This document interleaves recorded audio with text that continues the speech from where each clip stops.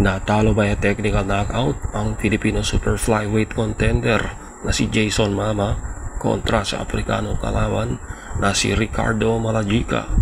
Sa simula pa lang ng unang round ay nakontrol na ni Malajika ang Pinoy at hindi na niya ito pinaporma dahil sa kanyang matinding right jabs at consistent na pagbato ng right straight ay hindi nakakuha ng tempo si Mama. Nakatulong yung reach advantage ni Malajika na siyang dahilan kung bakit maraming patama ang nasasalo ni Jason. Hindi na din nakapag-adjust ang Pilipino at napaka-obvious yung kanyang galawan na napaka-predictable. Nababasan ni Malajika ang mga galawan ni Jason at panay din ang pagbato ng mga looping right hand ni Mama na hindi nakakatama kay Malajika. Hindi din maganda yung approach ni Jason Mama dahil panay ang pagkababa ng kanyang kaliwang kamay na siyang dahilan kung bakit madalas siyang natatamaan ng mga solid right straight ni Ricardo Malajika. Isa din sa mga dahilan kung bakit natalo itong si Jason Mama dahil sa kanyang mahina na defensive style. Masyadong maluwag ang kanyang depensa. Parang naging overconfident siya, talagang hindi niya nire-respeto yung punching power ni Malajika na siyang dahilan sa kanyang pagkabigo. Pagdating sa round 3, 2 beses bumagsak itong si Jason Mama at kitang kita sa kanyang muka na talagang nasasaktan siya sa mga matinding right straight ni Ricardo Malajika. Ilang segundo na lang ang natitira sa round 4, bumagsak ulit si Mama by a left jab ni Ricardo Malajika at na-save by the bell pa si Jason. Pero pagdating ng round 5, dito na tinapos ni Malajika ang Pinoy gamit ang kanyang matinding kombinasyon sa bodega at may kasama pang follow-up right straight sa mukha na siyang nakabagsak kay Jason Mama sa ika-4 na beses. At dahil dito hindi na nakatayo ang Pinoy at nakaupo na lang sa sahig habang nakahandusay sa lubid. At nung binibilangan na siya ng referee, hindi na makuhang makatayo itong si Jason Mama.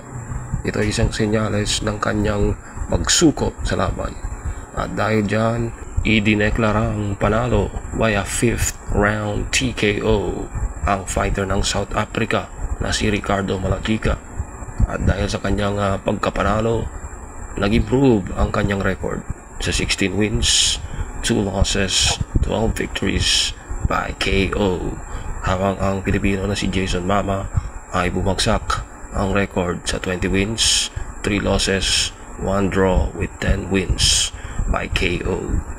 Sa ibang balita, ginawa ng ranked number 1 ng WBC sa Super Welterweight Division or the 154-pound weight class ang former Unified Welterweight Champion na si Jaron Boots Ennis.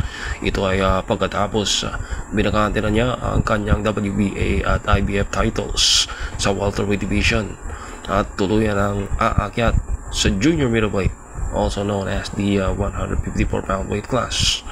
Matagal na din siyang lumalaban sa welterweight at sinabi na din niya mismo na hindi na niya kayang pikain ng kanyang katawan sa 147. So base sa ginawa ng WBC na ilagay sa number 1 spot si Ennis ay talagang may kasamang pamumulitika na din ito ng mga sanctioning bodies. Pero as far as I'm concerned, I think it's a good move dahil deserve din naman ni Ennis since he's an active fighter. May pangalan din ito at malakas din ang kanyang promoter na si Eddie Hearn ng Matchroom Boxing. Dahil sa kanyang pagiging number 1 sa WBC, malaki na ang posibilidad na makakarap niya either ang WBC Interim Junior Middleweight Champion na si Vergil Ortiz Jr. or sa reigning WBC 154-pound World Champion na si Sebastian Fundora.